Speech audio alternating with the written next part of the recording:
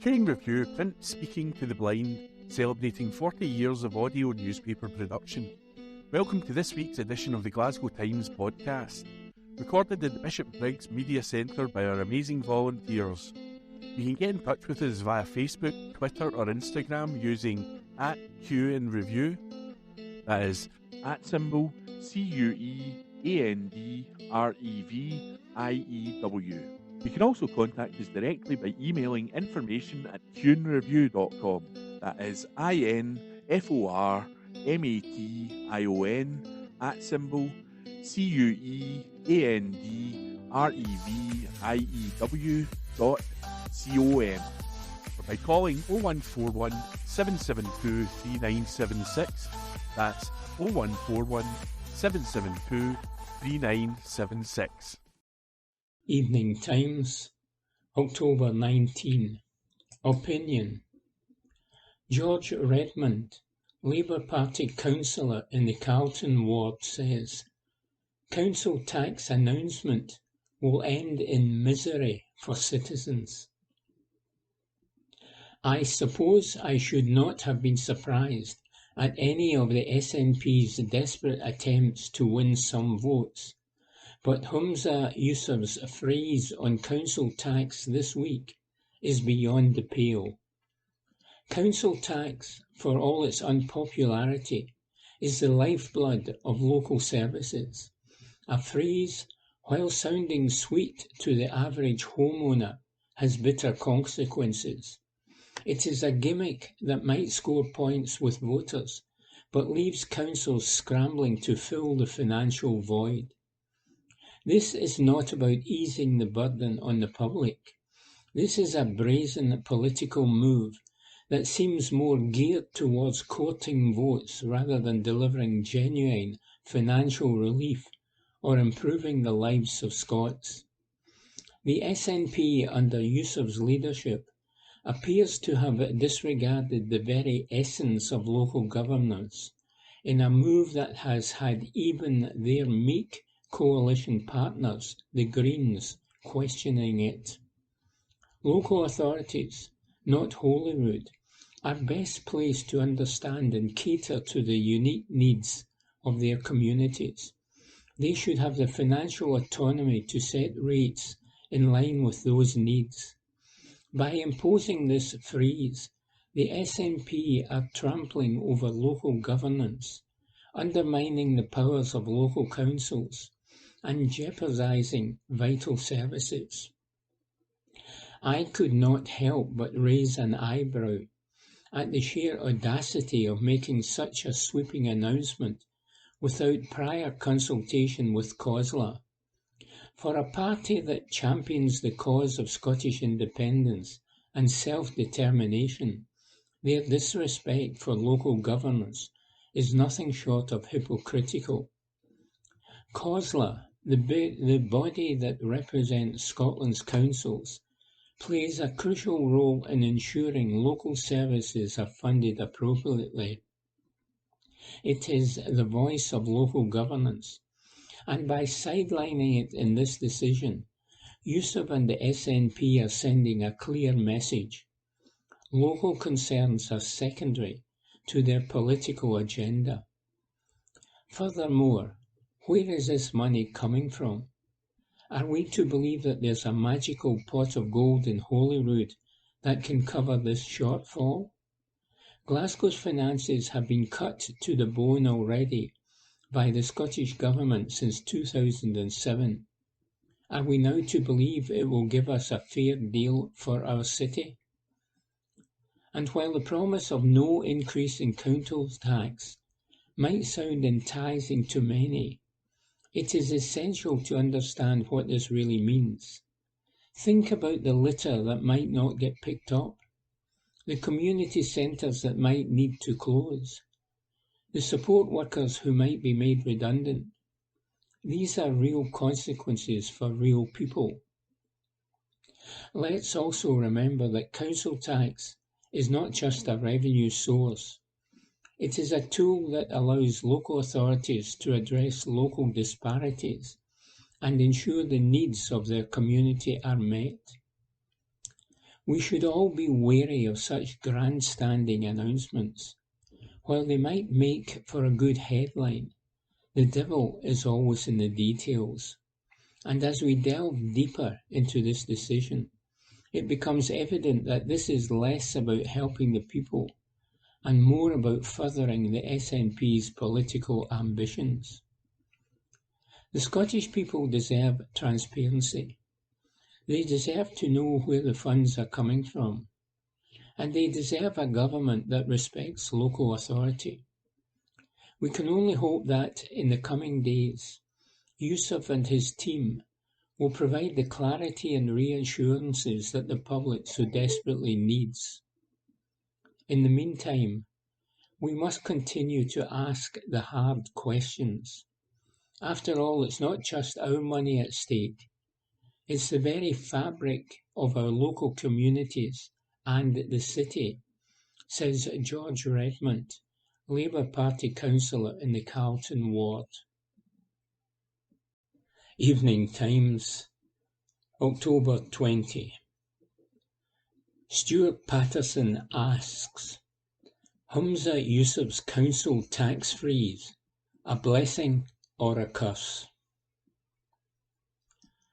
Council tax is again this week a hot political issue. Humza Yousaf, the First Minister, announced that bills would be frozen next year. There was already a freeze in place previously from 2007 that lasted for 10 years. In Glasgow, it was 1 year longer, as the then Labour-run council under Stephen Purcell put in place a freeze in 2006. The idea was that the Scottish Government compensated for any rise and gave councils a share of a dedicated pot of cash if they agreed not to impose a rise. A similar type of deal is being talked about for next year. Over that same period, however, council budgets were cut dramatically. In Glasgow, year after year, city treasurers of Labour, then the SNP, have worked with officials in the finance department to come up with balanced budgets that meant cuts totalling hundreds of millions of pounds over a decade or so.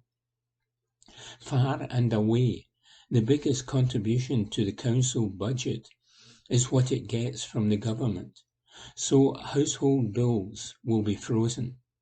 The First Minister's announcement will be welcomed by many people who are already struggling with increased rent and rising mortgage rates, gas and electric bills, shopping that seems to go up with every trip to the supermarket, and rising costs of petrol and insurance for those who run a car. But are there other implications? Financial experts have estimated that councils, even if they jacked up council tax by 5% next year, would still be facing a massive shortfall that would require difficult cuts. If the suggested 3% funding figure turns out to be the case, then any council that was planning on raising council tax by more than that will lose out. Last year, Glasgow increased its tax by 5%.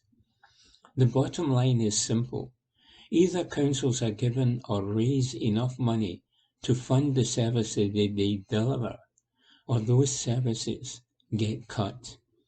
And we are at the point where if cuts are going to continue to be required, then it seems reasonable to expect some services will be axed altogether. The Scottish Government says it has funded local government with an extra £376 million last year, or 3% more. Even so, councils still had to make service cuts of millions of pounds. There are, as with any policy announcement on tax, questions about the motivations of the decision. Is it a political strategy designed to bolster support for a new First Minister and a party that has recently lost a crucial by-election ahead of a general election year? Or is it a genuine attempt by a new First Minister to recognise the cost of living crisis and freeze one of the few bills his government has some power over.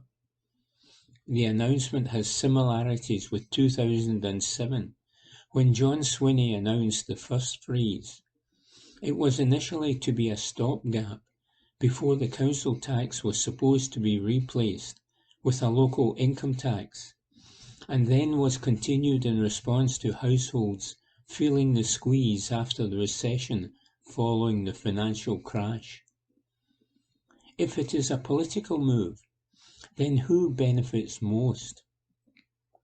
Households in the higher bands E to H stand to gain the most.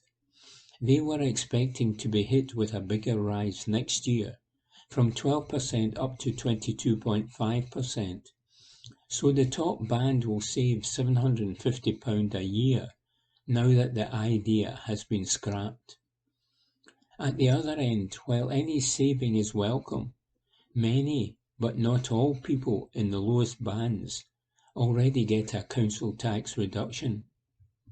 So it is argued it benefits people on middle and higher incomes more than lower earnings. The timing of the latest announcement has raised questions. It was revealed at a party conference and just days after a top-level party summit to dissect the by-election defeat. On the one hand, many households will breathe a sigh of relief that at least one bill will not go up next April. On the other, unless it is funded sufficiently, it could leave councils with yet another gap to plug, and the same people spared the rise could see an increase in other charges or a cut in services they either enjoy or depend on. One way or another, council services need to be paid for. And one way or another, it is the people who will pay for them, says Stuart Patterson, political correspondent. Evening Times, October 19. Lifestyle. Glasgow composer of Love Actually to release new version. Report by Rebecca Newlands. A Glasgow composer will release a new, fuller version of the iconic Love Actually soundtrack he scored 2 decades ago. Craig Armstrong composed the cues for the hit 2003 Richard Curtis romantic comedy, starring an ensemble cast including Alan Rickman, Bill Nighy, Emma Thompson, Hugh Grant, and Colin Firth. The BAFTA and Grammy-winning composer has an impressive catalogue of film scores, including The Great Gatsby, Moulin Rouge, Elizabeth, The Golden Age, Far from the Madding Crowd, Snowden, and Ray. The songs, which came together in this Glasgow studio, would become a central part of the film's enduring success and appeal, and now Armstrong has returned to them to deliver a new project. Love Actually, the Love Themes for Orchestra, is a new album of 15 songs from the original score, which have been adapted, extended and reworked to celebrate the film's 20th anniversary. Armstrong said, "Getting the chance to work on this film 20 years ago was an exciting and sometimes complex process, as quite a few areas of the film had to be filmed on set. Of course, I had no idea at the time that this film would go on to become so loved, and it is a testament to all the crafts involved in filmmaking that led to it being the success it is today. It also brings to life Armstrong's long-held desire to release full versions of his cues, as they were often cut down due to the nature of film editing. Highlights of the new album include Croissants in France, which fans will recognise as the soundtrack to Jamie and Aurelia's love story. Glasgow love theme is heard in the famous scene in which Juliet watches her new husband's best friend Mark's recording of their wedding day, centred around his unrequited love for her. Armstrong added, "Of the original compositions for Love Actually, Glasgow love theme is one of my favourites. It was written here in Glasgow 20 years ago, and I'm so pleased to have had the chance to go full circle and write the extended full version as I had always imagined it. My thanks go out to all the musicians involved in making the Love Actually score so loved. The album, performed by the Budapest Art Orchestra, will be released by independent Glasgow-based CMA Records on November 24. Report by Rebecca Newlands. Evening Times, October 19. Lifestyle. I went pumpkin picking near Glasgow Airport. Report by Taylor Murray. A pumpkin picking patch just metres away from Glasgow Airport could hold the key to Halloween's decoration problems.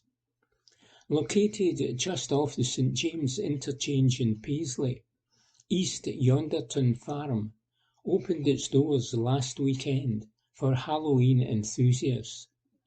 On what was a brisk Sunday morning, I got layered up to combat the cold October breeze before heading to Renfrewshire with my partner. Having booked a place in advance over the phone, we arrived at the farm just before 12 p.m, with plenty of parking places to choose from. Decorated with spooky festive gear, such as witches, cobwebs, and even a half-buried skeleton who looked like the cold got to them. The farm really did capture the Halloween mood. Upon entering the patch, a staff member with a quad bike and trailer to help with your load gave us 2 bags to put our selections in, along with a wheelbarrow if needed. We were spoiled with choice when it came to the sizes of the pumpkins, as we could get ones that would fit in the palm of our hand, or ones that would require a lift back to the car. And one thing that we loved to see was the selection of different colours of pumpkins. You could choose whatever tickles your fancy, whether that be the standard bright orange, or ice-cold white, or even oddly coloured green ones. In terms of prices, unlike some places we have visited at this time of year, East Yonderton Farm offers you £1.25 per kilogram, which we agreed was much fairer than going with the size of the pumpkin on a scale of small, medium and large. Felt like you were getting more bang for your pumpkin. On the way out, or depending on the order you wanted to do it, there was an option to dig up potatoes that would be great for your dinner.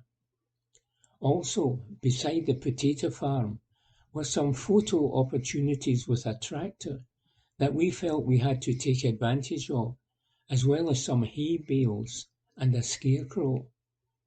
At the pay point, we had the option to wash our pumpkins if we wished, as some wipes to clear the dirt of your shoes or boots. After picking up 4 pumpkins, for what seemed like an hour of looking for the perfect one, the final price came just above £17, with an extra £3 added on top for a bag of 5 kilogram for some pre-picked potatoes and £2 for parking, totalling £22. For a place so close to the airport and 15 minutes away from Glasgow city centre and easily accessible, It was an experience that was really enjoyable, and we would be eager to return again before Halloween is out, says Taylor Murray. Evening Times, October 19. Lifestyle. Why 6 warships will arrive in Glasgow docks next week. Report by Kirsty Fearick. 6 warships will arrive in Glasgow next week as the city hosts part of a major military exercise.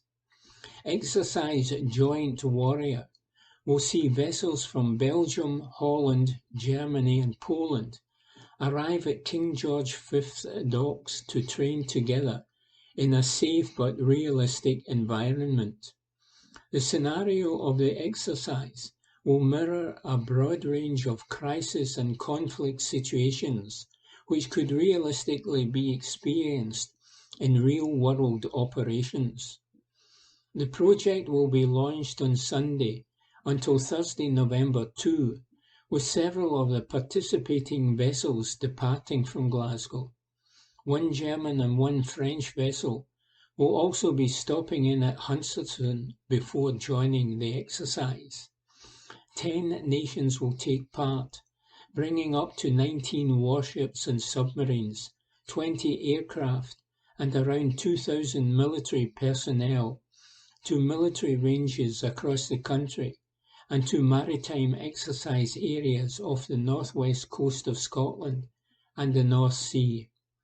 Participating nations this time include Belgium, Canada, Denmark, France, Germany, Italy, the Netherlands, Poland, the United Kingdom, and the United States.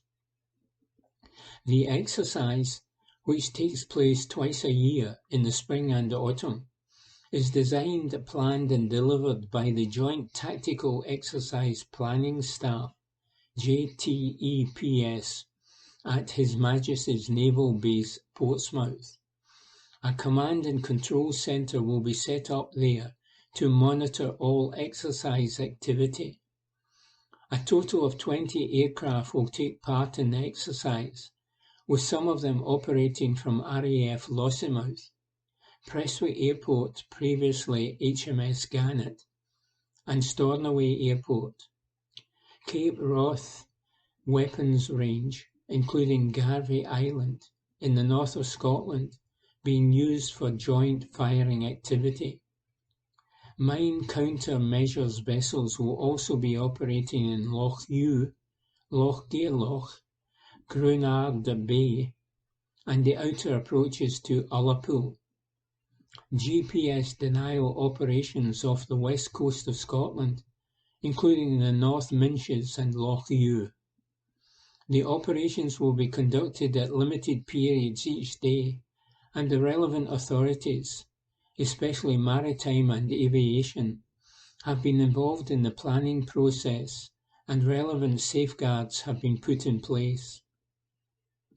Exercise Joint Warrior is linked directly with the NATO Military Training Exercise Programme and brings together all 3 UK Armed Forces, the Royal Navy, Army and Royal Air Force, along with other participating countries, to provide high-quality training opportunities and improve joint operations between the UK and its allies. Report by Kirsty Fearick. From the Glasgow Times, Friday the 20th of October, from the news section, Council tax freeze will be welcome if properly funded. By Stuart Patterson. The council tax freeze should be welcomed as long as this is properly funded by the government, the man in charge of Glasgow's budget said. Humza Yousaf announced the freeze earlier this week, and Richard Bell, City Treasurer, said it caught him, like others, by surprise. It means next year we won't have to tell council taxpayers in Glasgow they need to fork out more, which he said people will be glad of. However, he struck a note of caution that once the details are ironed out, it must mean it is properly fully funded and doesn't leave the council short to change the following year. Councillor Bell told the Glasgow Times, Is it all the money to cover whatever council tax rise we thought we would have? Is it a one-off payment, or will it be included every year?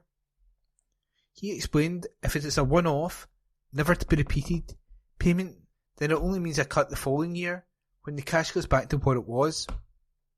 He added, then, it depends on how much is the settlement. Will the Scottish Government just balance it by giving less money to the local government settlement? If it is funded, I don't understand the objections. He said it is now for him and local government colleagues to ensure they get the right deal. He added, it is now up to us to have serious discussions with the government. Bell, who has been Treasurer in Glasgow since 2020, has had to deal with budget deficits leading to tens of millions of pounds of cuts. Councils, he said, needed to accept the realpolitik of the situation and recognise the cost of living crisis is of greater importance to the public right now than the political dynamics between local and national government. He added, if someone is saying don't put up the council tax and we give you the money, I'm not going to shut the door in their face. Most folk will think it's at least the council tax isn't going up. They don't care about the details of the Verity House agreement. Bell said, Humza Yousaf has listened to people on the cost of living, and the Rutherglen-Hamilton West by-election had a part to play. He has responded to that. We can argue about the process, but this can't be about principle or damaged egos. He said the freeze is an opportunity to reform council tax and put in place a fairer system. A previous freeze that lasted 10 years was intended to allow for the council tax to be scrapped in line with an SNP manifesto commitment. The city's finance chief said this must be seen as an opportunity to finally reform the tax to make it fairer. He said, no one likes the council tax. We have been saying to the First Minister, let's get a benefit from this. The freeze is an opportunity to iron out these problems. We have to grasp the nettle with the council tax. And that report was by Stuart Patterson. From the Glasgow Times, Friday the 20th of October 2023, from the news section, ex-squaddie was involved in drug serious organised crime operation. This article is unattributed. A former squaddie was involved in a drugs and dirty money serious organised crime operation. Dean Bell, 35, was snared after an encrypted phone network was breached by police. Bell discussed the purchase and movement of drugs with other members of an organised crime group. He also threatened to assault one of his associates' parents if they grasped to the police after they were caught. Bell pleaded guilty on Friday at the High Court in Glasgow to being involved in serious organised crime.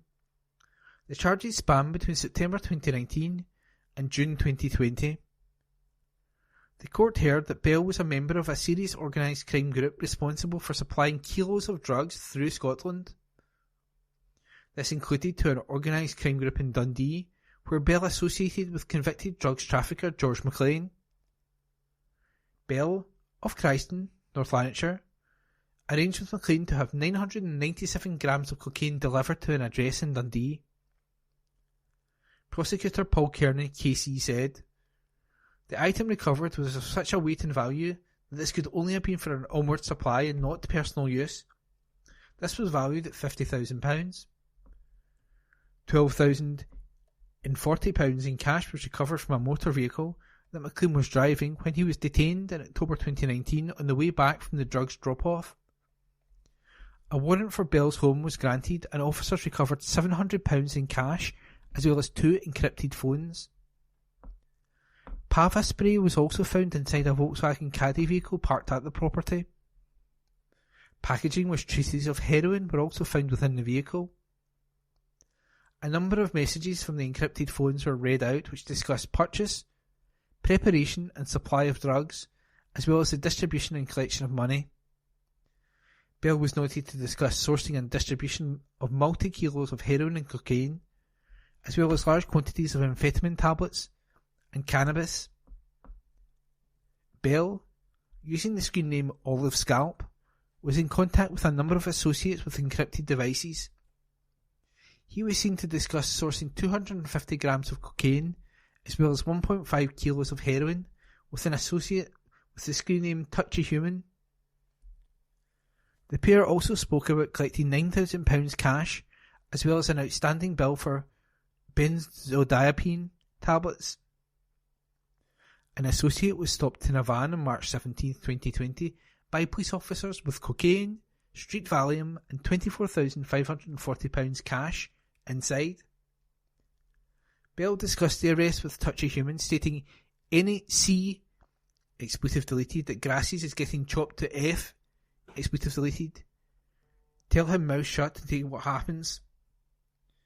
It is what is man up and take it in the chin. It's only money, nothing serious, but they need to watch, they will come 100%. Tell him he mentions my name, I will maim him for life and slash his man da." John Scullion, KC, defending, told the court that Bell had managed to leave the crime group for employment before being caught. He said, "He served in the army for a number of years and has a significant employment history. He became involved in the organised crime group, which resulted in these offences. These matters were uncovered following from analysis of the data recovered during Operation Kinetic, which is why the dates are of some age. Sentence was deferred pending background reports until next month by Judge Lord Armstrong, who remanded Bell in custody meantime." And that article was by a court reporter. From the Glasgow Times, Friday the 20th of October, from the news section. Family of hit-and-run victims saddened by killer's short jail term. Article by Lauren Brownlee and Dave Finlay. The devastated family of a man who died after a hit-and-run in Glasgow has revealed they are saddened by the punishment handed to his killer. We previously reported that learner driver Ali Zafar struck Derek Blackshaw, 46, at a Morrison's car park in Cardonald on October the 1st, 2021, when he was aged 17. Now 19, Zafar was sentenced to 4 years in jail at the High Court in Edinburgh today. Judge John McCormick told him he would have faced a 6-year jail term, but it would be reduced to take account of his guilty plea. The judge banned Zafar for driving from 8 years and ordered that he must pass an extended test before holding a driving licence in future. A statement from Mr. Blackshaw's family, released through lawyers Digby Brown, said, "While no sentence could ever reflect the loss of Derek or our pain, we still feel saddened by the final outcome and the relatively short length of time that the driver will likely spend behind bars. Derek was wholesome, honourable and adored, and the loss of such a man is felt by more than his family and friends. It is also felt by the wider community, which is enhanced through his work, time and desire to help others. Any bereaved family who has endured the criminal justice system will tell you there is no such thing as closure. There is only an end to paperwork and proceedings. So, our only comfort is the knowledge that this painful process has stopped and we can now move forward with the same dignity and strength as Derek would have done." In court on Friday, the judge said no sentence would reflect the loss or grief suffered by Mr. Blackshaw's family. He told Zafar that a custodial sentence was required and added, "It is necessary to punish you, to seek to deter you and others from driving in such a dangerous manner and, of course, to protect the public." The judge pointed out that the aggregating features included Zafar of Calf Hill Road driving at speed in the car park and failing to stop to alert the authorities after the collision. He held a provisional licence at the time and was travelling at an average speed of 32 miles per hour. Mr. Blackshaw had attended the funeral of a family friend earlier in the day and, after visiting a snooker club, was taking a shortcut home when he was struck and killed. Zafar said to a passenger in the car that he had just hit a guy before driving away from the scene. The court previously heard that the teenager had asked if he could borrow a colleague's car keys to listen to music in the vehicle. Mooney and Liam agreed on the condition that he did not move the car, but Zafar drove along Paisley Road West before turning into the car park. After the incident, he drove back to a takeaway and told the owner of the car what had occurred. He also told them not to contact the emergency services. Mr. Naeem thought it was a joke at first until he saw the damage to the vehicle. He contacted 999 before going to the scene and attempting CPR on the victim. Defence Counsel Duncan McPhee said the first offender Zafar was remorseful and wished to apologise to the bereaved family. He lodged a letter with the court from the mosque Zafar attended and said the teenager did charity work. And that article was by Lauren Brownlee and Dave Finlay. From the Glasgow Times, Friday the 20th of October, from the news section, Glasgow Church faces closure due to period of change. Article by Nicole Mitchell. A Southside church faces closure in 2027 as the Church of Scotland goes through a monumental period of change. St James Paulet Parish Church could be sold as the Presbytery of Glasgow refused the ownership of its buildings due to fewer resources. Reverend Dr. Grant Barclay, Presbytery Clerk of the Presbytery of Glasgow, says, while the intention is to release the building, there are no imminent plans to close the church, which is located in Meiklewood Crescent. He said, the church is currently going through a monumental period of change as it works out how best to share the good news of Jesus Christ with fewer resources. As such, the Presbytery of Glasgow, along with all others in Scotland, is currently reviewing the ownership of its buildings. In the recently approved Presbytery of Glasgow mission plan, the intention is that the St James Paulet Parish Church building would be released some years from now, in 2027. However, there are no imminent plans to close St James Paulet Parish Church. The St James Paulet Parish Church building was originally built as Titwood Parish Church between 1893 and 1895 and was located in Glencairn Drive, Paulet Shields. It was dismantled and rebuilt on Meiklewood Crescent in Paulet between 1951 and 1953 and renamed St James. It opened its doors at its current site on September 3rd, 1953. Would you be affected by the closure of St James Paulet Parish Church? Email nicole.mitchell@newsquest.co.uk. And the article was by Nicole Mitchell. From the Glasgow Times, Friday the 20th of October, from the news section. Glasgow woman fears for husband trapped in war-torn Gaza. Article by Stuart Patterson. A woman has issued a plea to the UK government to help get her husband out of Gaza. Jola Al-Jakbir from Bailiston is terrified for her husband Eunice, who has been trapped in Gaza. He travelled to visit his parents, brothers and sisters and their families, including young nieces and nephews, some of whom he had not yet met. But he's been unable to get out following the siege by Israel after the Hamas attack last weekend. Jola, 39, said, all we can do right now is sit and wait. She said every day she prays Eunice is still alive.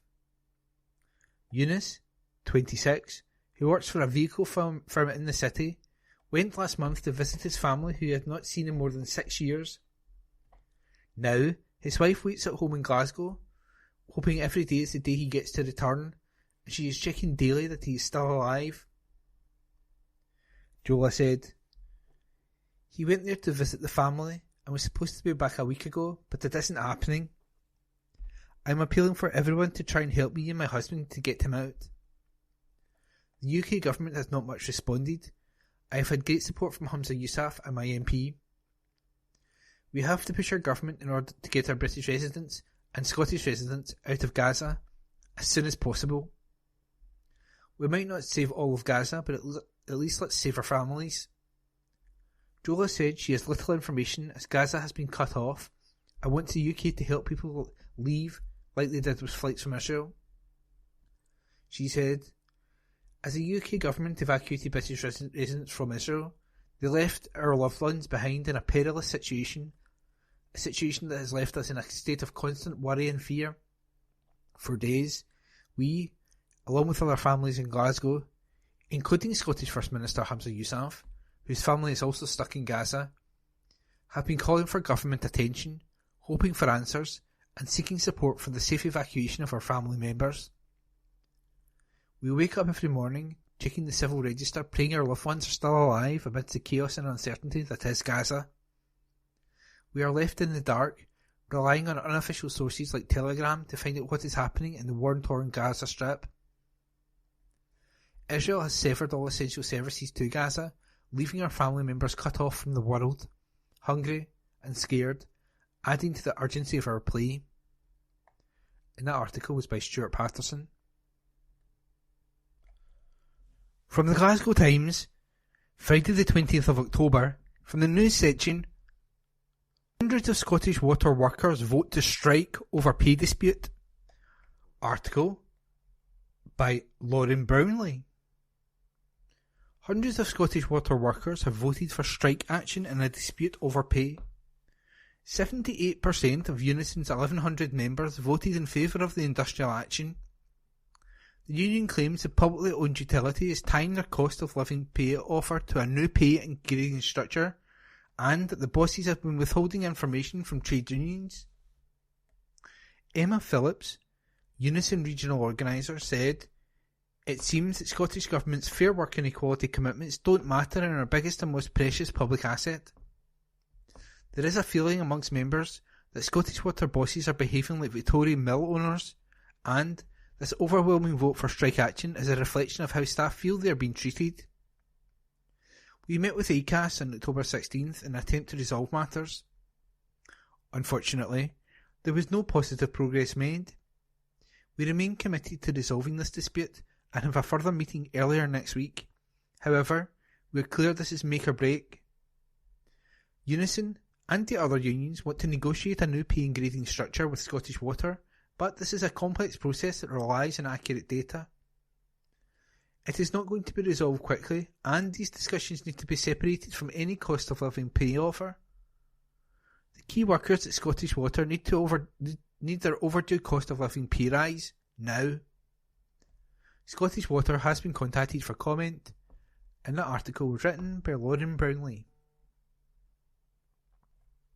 From the Glasgow Times, Friday the 20th of October, from the news section, investigation launched after Glasgow East End home break-in. Report by Taylor Murray. An investigation has been launched by police after a break-in at a home in Glasgow's East End. Officers attended a property on Meadow Park Street in Denniston on Thursday evening around 5:45 p.m. after report of a break-in. It is not known the extent of the break-in or if there were any connections to the incident. However, inquiries are ongoing by the force. When contacted for comment, a spokesperson from Police Scotland said, "Police were called around 5:45 p.m. on Thursday 19th of October to a report of a break-in in Meadow Park Street. Inquiries are ongoing." And that report was by Taylor Murray. This is from the Glasgow Times on Monday the 23rd of October 2023, from the news section. Charity founder not fazed by enormous £300,000 task of restoring Hall. This exclusive article is written by Tom Grant. The founder of an old Kilpatrick food bank admits she was left in stunned silence when she realised just how big the job of redeveloping the Napier Hall is.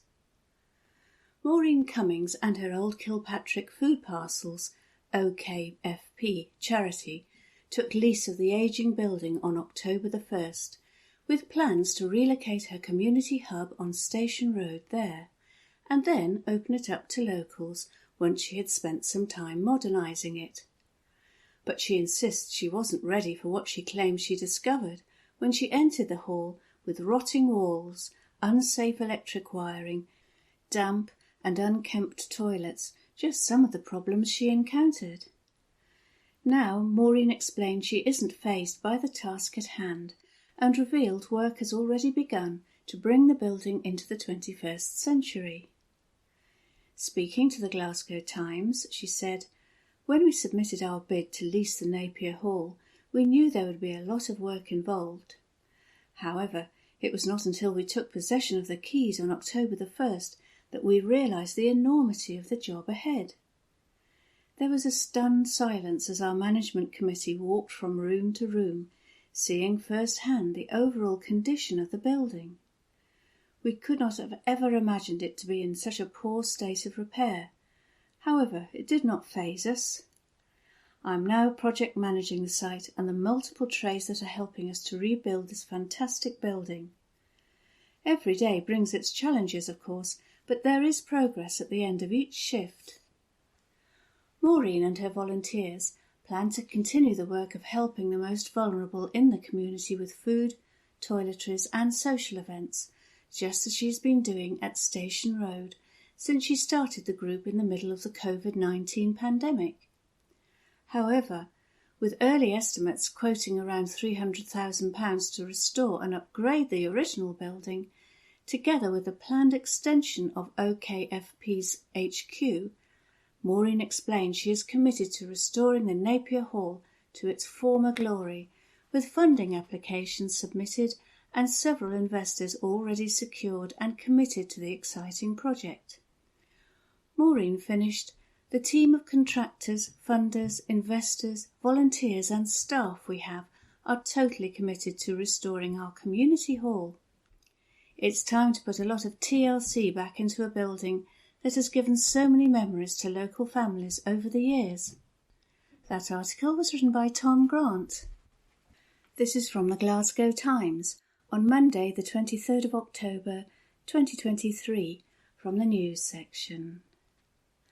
Glasgow parents plead with council for safer school transport. This exclusive article is written by Marissa McWhirter. A long and dangerous walk to school has prompted a group of determined parents to campaign for safer transport for their children. Rob Royston youngsters joined in with parents at an organised walk from the local Asda to Catchment School Smithycroft Secondary on Thursday, that's October the 19th, night. Snaking along busy roads and poorly lit streets, this trek takes over an hour and includes cutting through a hazardous graveyard and crossing several risky crossings. One prospective Smithycroft student who took part in the walk, which left the supermarket around 6 p.m, said that she didn't feel safe and was worried the long distance to and from school would leave her tired and impact her learning. Alana Muir, a mum whose son will be going to Smithycroft, claimed the only suitable bus was the First Bus 8 service, which is often too full to pick up passengers during the early morning rush hour, as hundreds of pupils head to school. The NHS nurse added, "The buses are overflowing. There's one number 8 bus that goes to Smithycroft. It's used by people that are going to the forge or to work. It's not just for the kids, it's for the community. It's mobbed because all the children are trying to get on this bus and there's just no room. We have to take a stance." For students to walk the shortest distance, they must pass through Ridley Park Cemetery, which is poorly lit and precarious. At the gates of the cemetery is a health and safety notice, warning the public that memorials have the potential to cause harm due to their size, weight and condition. The sign also warns parents that children should be accompanied by an adult when entering the cemetery. The spokesperson for the council said that road safety officers had walked several routes from various addresses to assess the options and deemed them all suitable. They added, "However, it is ultimately a parent or carer's decision if they want to accompany their child to and from secondary school." Alana said, "We have to make sure our kids are safe because the safety of our children is our top priority. None of us have an issue with Smithycroft itself, it's just how these kids are going to get there. We've been asking the council and they keep coming back with the same answer, that it's safe for the kids to walk. We're talking about 11-year-old kids that are going into first year. I feel unsafe walking around the route myself. Is it going to take a child to get hurt for something to be done?" During the organised school walk, the cemetery was flooded and the families were forced to take a longer diversion. Several junctions encountered by the group were populated by speeding cars and poor visibility. Ashley McNally, another concerned parent on the walk, said the distance from her home to Glendale Estate to Smithycroft was 2.4 miles using the graveyard route. She said the distance her child was expected to walk daily to get to and from school every day was nearly 5 miles. Ashley added, "What I noticed on the walk was that there were 4 crossings, all of which were on and off junctions for the M8 motorway. The other crossings in this area were very slow in changing and very busy." The council is required to provide home-to-school transport via a free bus pass for distances over 2.2 miles from the catchment school, and the distance is measured by the shortest suitable walking route. Alana said, "The kids need transport from Rob Royston to Smithycroft, either by more buses coming to help take the kids, or the council should provide transport from here to school. If that's where they want the kids to go, they need to provide a service that gets them there safely." In response to the Glasgow Times request for comment, a spokesperson for the council said, "Officers across the council have been working with families who have raised these concerns, and we will continue to look at ways in which we can offer reassurance and assistance. We will also be contacting First Bus to see if they are able to use a double-decker bus to address crowding on the routes in this area, as all young people are entitled to free bus travel with their NEC pass." A spokesperson for First Glasgow said, "Our Service 8 buses operate on a 30-minute frequency, and we are not aware of any issues with school students being unable to board or complaints from customers. We have also reviewed passenger data and are not aware of any problems with capacity. We will continue to monitor demand on the service and review the need for any adjustments that may be necessary." That article was written by Marissa McWhirter.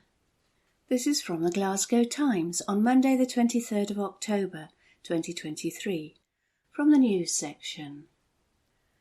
Met Office issues yellow warning for ice in Lanarkshire. This article is written by Rebecca Newlands. Icy conditions are set to take over the start of the week, as a weather warning has been issued. The Met Office has issued a yellow warning for ice, affecting most of North and South Lanarkshire. This will come into effect from 9 p.m. on Sunday, October the 22nd, and last until 9 a.m. on Monday, October the 23rd. Temperatures will drop, with an average of 3 degrees. The Met Office warns we can expect some icy patches on some untreated roads, pavements and cycle paths. We must also be aware of sustaining injuries from slips and falls on icy surfaces. Tips for staying safe on ice. Icy weather can cause delays and make driving conditions dangerous. You should always plan your route, check for delays and road closures. Before you set off, check your wipers, tyres and screen wash. Pack essentials in your car: warm clothing, food, drink, blanket, torch, in-car phone charger, and make sure your phone is fully charged. It is safer not to drive in icy conditions, but if you absolutely must drive, keep yourself and others safe by looking well ahead for potential hazards and keeping your speed down. Accelerating, braking, steering and changing gear as smoothly as possible will reduce the risk of skidding on ice. Using a higher gear may be more appropriate to help grip on packed ice and helps manage engine power, making it easier to find traction. If you're walking or cycling, plan to leave the house 5 minutes earlier than normal. Not needing to rush reduces your risk of accidents, slips and falls. If you need to make a journey on foot or by bike, try to use pavements along main roads, which are likely to be less slippery. Take extra care when walking on untreated pavements and prepare for journeys by wearing footwear with a good grip. Where possible, do not cycle on untreated roads as accidents are more likely. Look out for elderly relatives or neighbours by making sure they are well, they have enough supplies in case they cannot go out, and offer to clear their paths and spread some salt. That article was written by Rebecca Newlands. This is from the Glasgow Times on Monday the 23rd of October 2023, from the news section. NHS Glasgow take major step with new fleet of vehicles. This article is written by Kirsty Feerick. NHS Glasgow have taken a major step forward with their new fleet of vehicles. The Health Board is celebrating the arrival of NHS Scotland's first fully electric 16.7-tonne truck and full fleet of electric smart cars. The truck, a Volvo FL Electric, is the first of its kind to be used by any health board in Scotland and is one of two joining the NHS GGC fleet. Alongside the delivery of the 17 smart e-cars, it represents an investment of more than £760,000 in green transport and marks a significant milestone in the Health Board's commitment to sustainable transport. Paul Reid, Head of Transport and Travel for NHS GGC, said, "The delivery of these new e-vehicles is a great moment for the NHS Greater Glasgow and Clyde. The e-Volvo trucks will be used to transport laundry between our hospital sites and the Health Board's central laundry unit in Hillington, Glasgow, while the new smart cars will replace a range of existing pool cars that are used in a number of roles by our staff. The smart car comes with a range of 260 miles from full charge, which will help staff carry out community-based patient care in a zero-emissions car." The significance of this latest procurement by NHS GGC cannot be underestimated, and as well as being a considerable financial investment, it represents a huge step forward in our sustainable transport goals. The latest arrival of electric vehicles is part of a wider 5-year climate change and sustainability strategy, which was officially launched last month. The strategy, which was endorsed by the Board of NHS Greater Glasgow and Clyde last month, sets out in detail its plans to tackle the climate emergency. The strategy will be reviewed every 5 years so that it can evolve to reflect NHS GGC's progress and changing national and international priorities. It sets out a range of objectives covering all areas of national policy requirements, with a particular focus on 5 key areas, including transport, fleet energy and transport, waste management, energy, Green Theatres project and environmental management. Martin Johnston, Head of Sustainability at NHS Greater Glasgow and Clyde, said, "Sustainability is already central to a huge amount of work we do here at NHS GGC, and we have made real strides towards our net zero targets and wider environmental goals. The arrival of these new vehicles is one of the clearest demonstrations yet of the Health Board's commitment to sustainability and net zero in transport and in services across NHS Greater Glasgow and Clyde." That article was written by Kirsty Feerick. This is from the Glasgow Times on Monday the 23rd of October 2023, from the Lifestyle section. Romania rescue escapes death twice, thanks to Glasgow couple. This article is written by Kirsty Feerick. An adorable pup rescued from death in Romania needed his life saved a second time when he was struck down by a deadly rare disease. Flynn, a crossbreed, was on the verge of being put down after he was found roaming the streets in Bucharest with no one to take him in. Luckily, a kind-hearted couple from Glasgow spotted his photo on a dog rescue charity's website and fell for him immediately. Ciara McCormack and Conor McGovern had been settling him into his new domesticated life when he then sadly became seriously ill. He stopped eating and seemed unsettled and lethargic, then began shaking uncontrollably and drooling. As Flynn's condition visibly worsened, he was rushed to the vet's now 24-hour pet emergency hospital in Charing Cross, Glasgow. They diagnosed 3-year-old Flynn with life-threatening Addison's disease, a rare condition caused by a lack of steroids in the body. Ciara said it was really distressing to see Flynn so ill, especially when you think of everything he must have been through as a stray in Romania, when street dogs end up being put down because there's no home for them, and then starting a new life here in Scotland. We adopted him in March last year, and it took a while, obviously, for him to adjust, given the totally different surroundings. Then this happened in August, just when it felt like he had really settled. We could see it was very serious, and if we hadn't got him help straight away, like we did, then we would have lost him, which is just an unbearable thought. Since he came into our lives, he's been a part of our family and has brought us so much joy. We just couldn't imagine life without him. We can't thank Vets Now enough for looking after Flynn. We were so anxious, but they did a really good job of keeping us updated with multiple phone calls each day.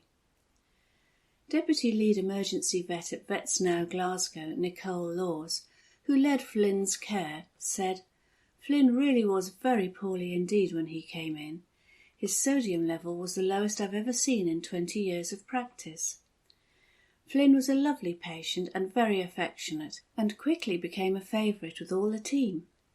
Seeing him bounce back and ready to go home brought great joy to us all, especially given his background as a rescue dog."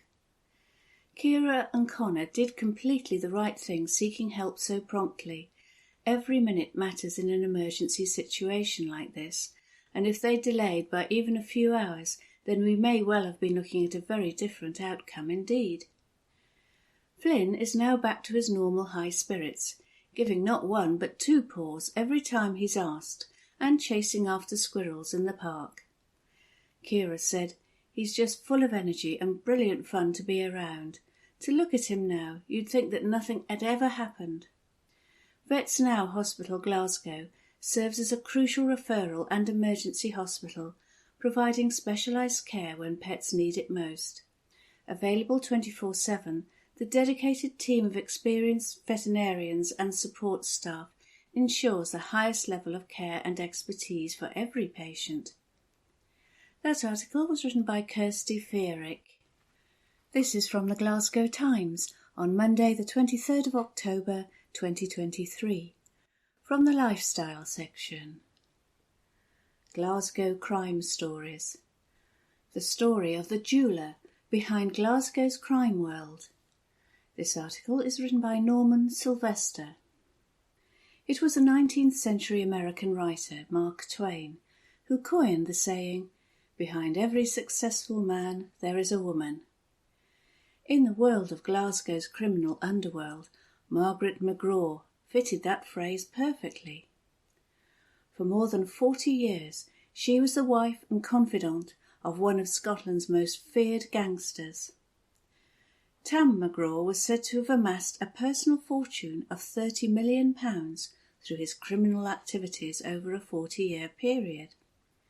However, his wife's shrewd business brain had allowed him to turn the proceeds into lucrative assets through legitimate ventures such as taxi firms, security companies, and property investments in Glasgow, Ireland, and Spain. It meant he was always one step ahead of the police and the authorities. Tam had been born in Lennoxtown, Stirlingshire, in 1952, before moving to Glasgow's tough Ballanach. It was there he met a young, fresh-faced Margaret, and the two 15-year-olds immediately clicked.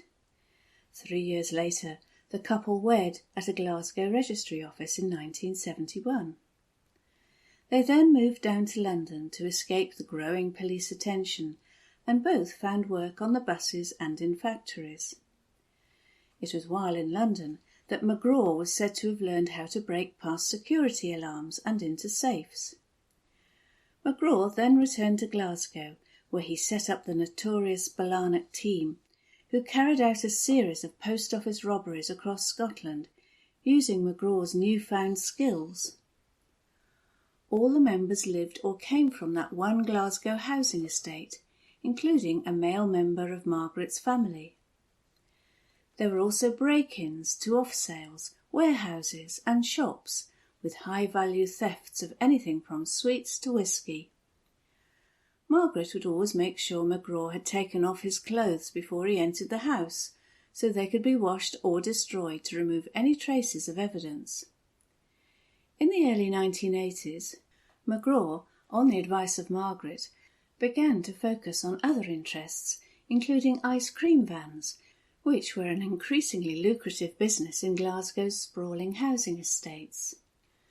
The vans could legitimately make £200 profit a week, £700 now, selling food, soft drinks, sweets and cigarettes on top of the traditional cones and wafers. However, for criminals, they also provided a means for selling stolen goods, drugs and laundering money. In the early 1980s, the couple became embroiled in the city's notorious ice cream wars. The conflict between traders had resulted in a series of assaults, shootings and vehicles being vandalised. It culminated in the murder of 6 members of the Doyle family in 1984, when their home was deliberately set on fire. The blaze was started after 18-year-old van driver Andrew Doyle refused to give in to the intimidation. Former Balanach team members Thomas T.C. Campbell and Joe Steele were convicted of starting the fire and jailed for life. Both men spent almost 20 years in prison until they were freed by the appeal courts in 2002. It's been claimed over the years that McGraw was responsible for ordering the hit on the Doyle flat. Though questioned about the murders by police, he never stood trial. In the mid-1980s, the McGraws opened the Caravel Bar in Hall Hill Road in Balanach. It was put in Margaret's name and she ran it on a day-to-day basis, turning it into a successful money-spinning venture. During this period, the McGraws moved from their council flat in Burnett Road in Balanach to a luxury bungalow in Mount Vernon. By now, McGraw had entered the city's growing drugs trade, alongside other criminals such as Arthur Thompson Jr., son of crime godfather Arthur Thompson Sr.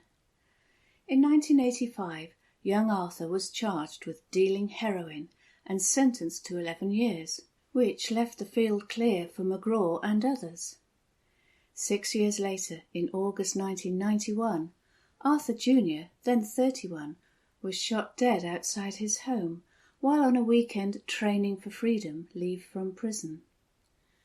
A month later, 2 suspects for his murder, Joe Hanlon, 23, and Bobby Glover, 31, were found dead in Hanlon's car outside the Cottage Bar in Shettleston.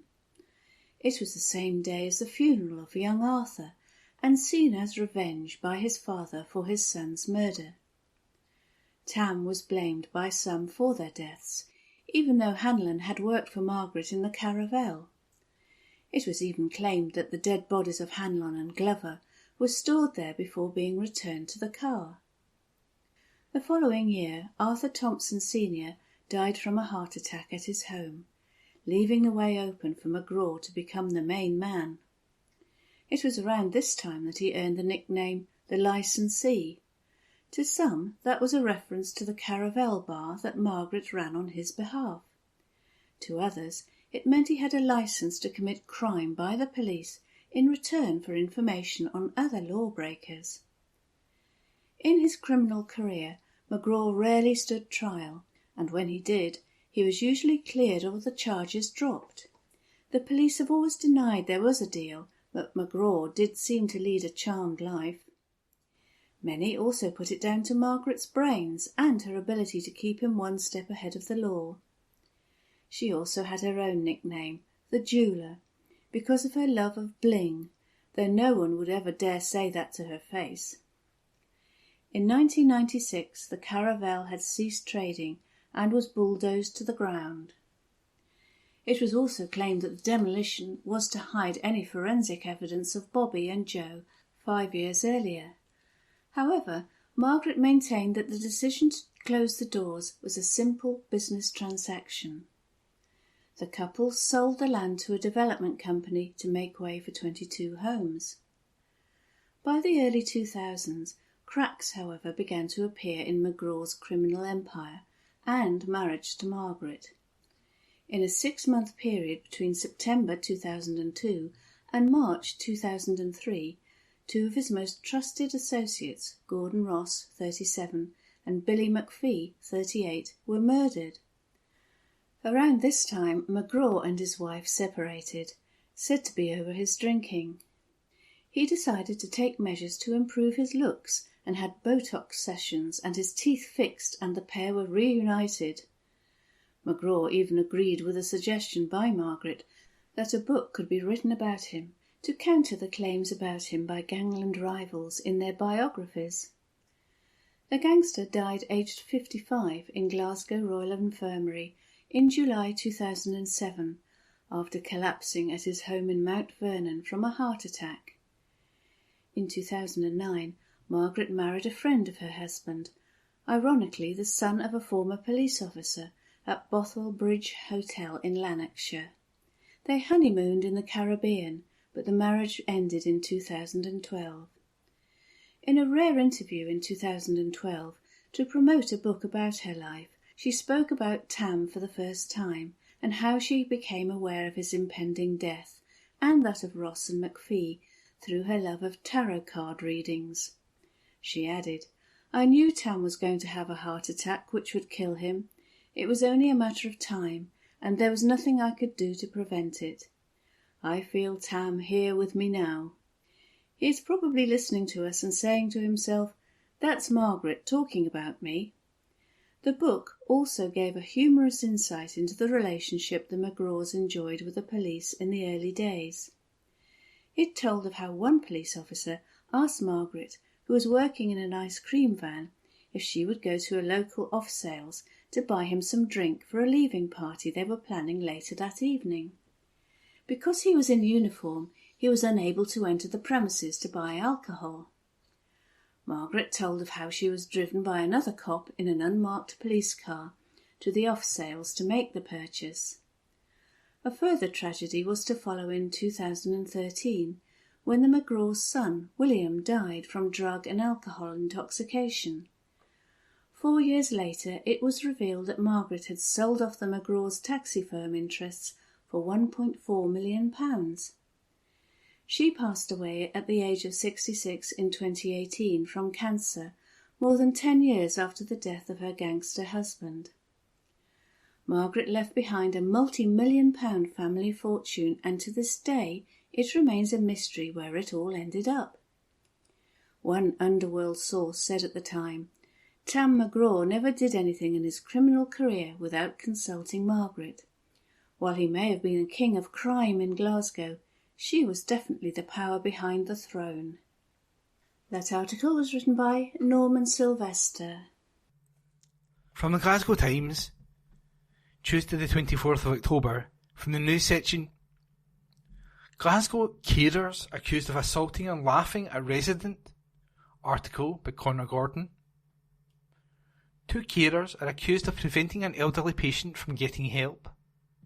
Bisola Akindin, 34, and Diana Otubohu, 39, allegedly neglected the woman, 87, at Glasgow's East Bank care home in October 2022.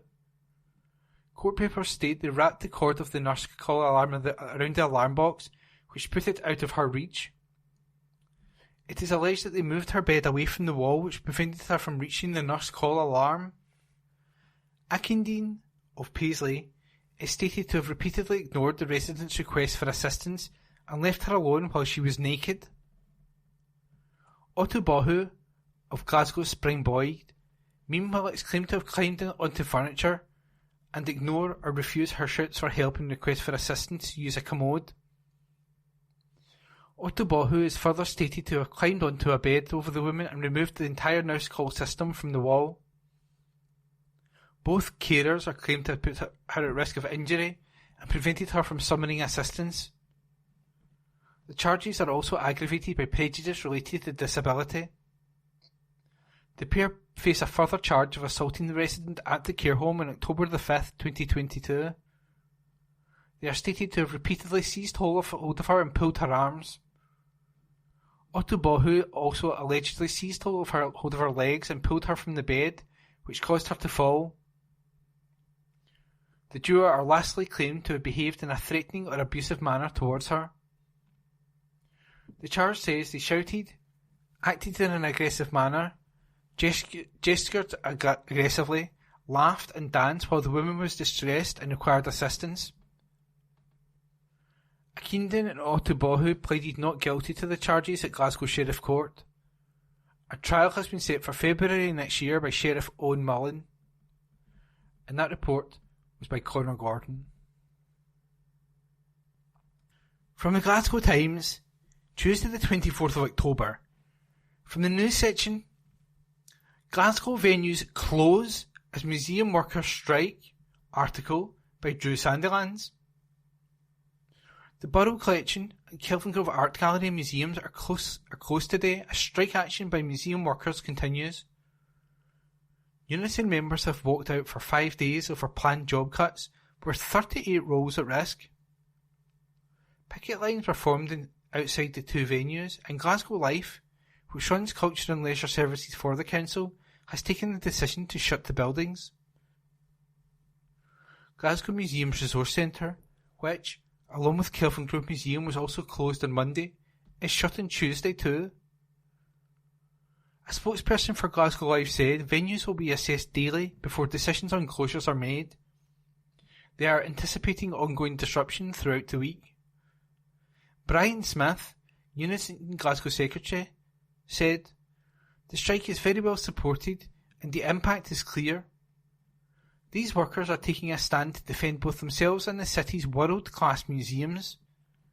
Unison calls on Glasgow City Council's political leaders to intervene and provide the funding required to resolve this dispute."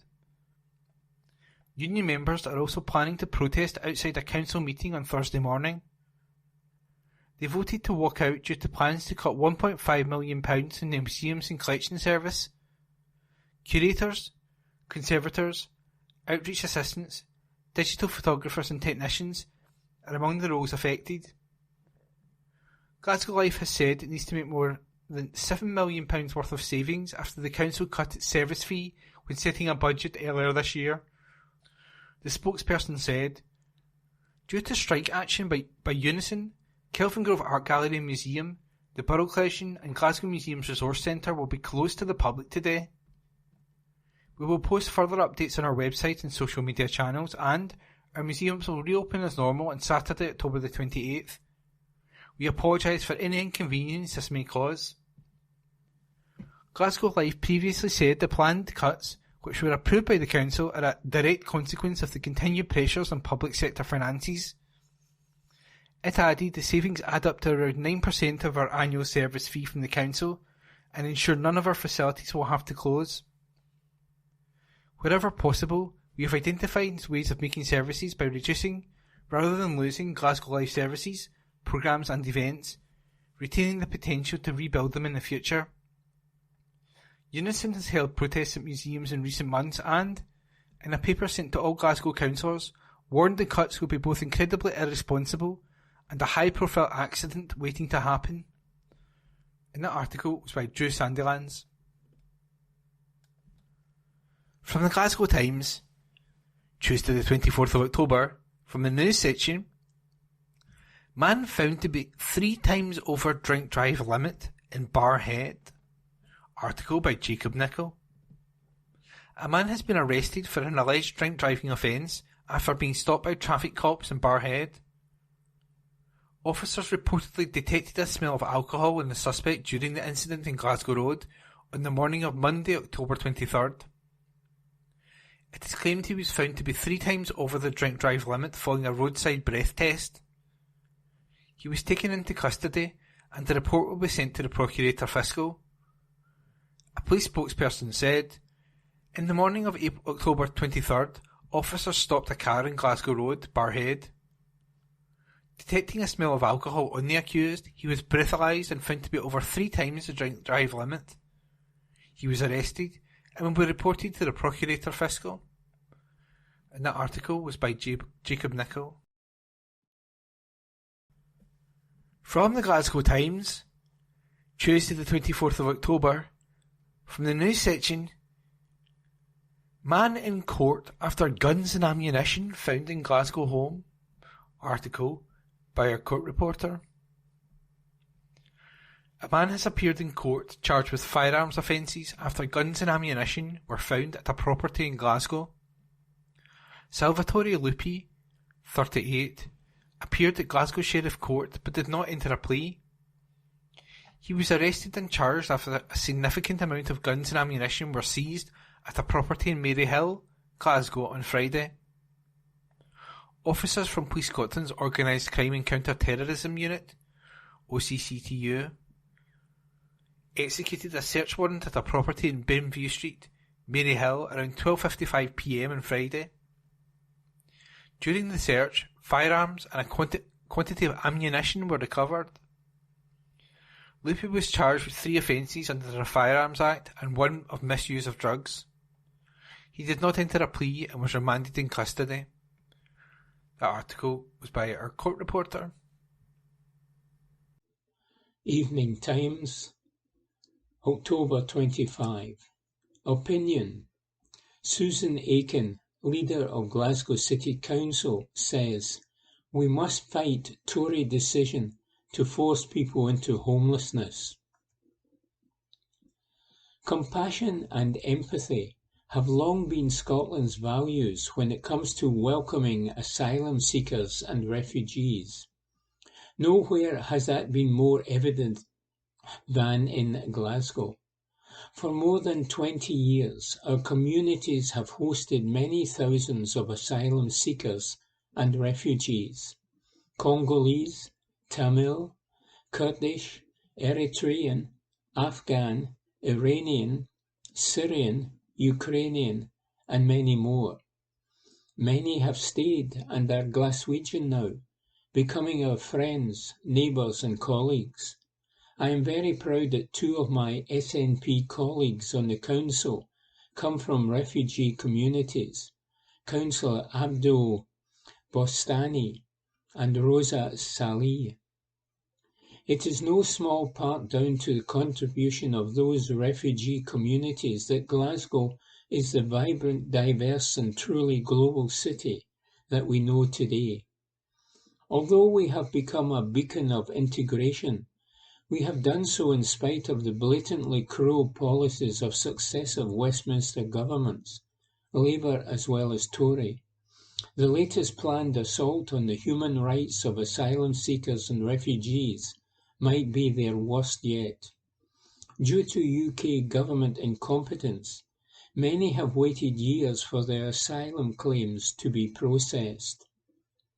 Now, to clear the huge backlog it has allowed to build up, the Home Office plans to mass process thousands of claims across the UK, including around 2,500 in Glasgow alone, over the coming weeks. Of course, we want people to get positive decisions, but appallingly the Tories intend to make those people homeless by throwing them out of their asylum accommodation en masse. The City Council will then have to find places to live for potentially thousands of people in the space of weeks. Even worse, many will find their asylum applications refused, and because we are prevented by a law put in place by Tony Blair's Labour government from providing them with any support whatsoever, they could be forced into destitution and onto the streets. This is an appalling and entirely unnecessary way to treat people. The UK government could allow them to remain in their accommodation until a home is sourced for them. That is what we want them to do, and is certainly what we would do if we were in control of asylum accommodation in the city. But the Tories privatised asylum accommodation, and now, for electoral purposes, Suella Braverman wants to clear asylum seekers from the hotels in the south of England, where Tory voters are, and dump them in Glasgow and across the UK, leaving councils to pick up the pieces of shattered and traumatised lives without a single extra penny of help. And because Glasgow is the biggest asylum authority in the UK by some distance, we will be hit harder than anywhere else.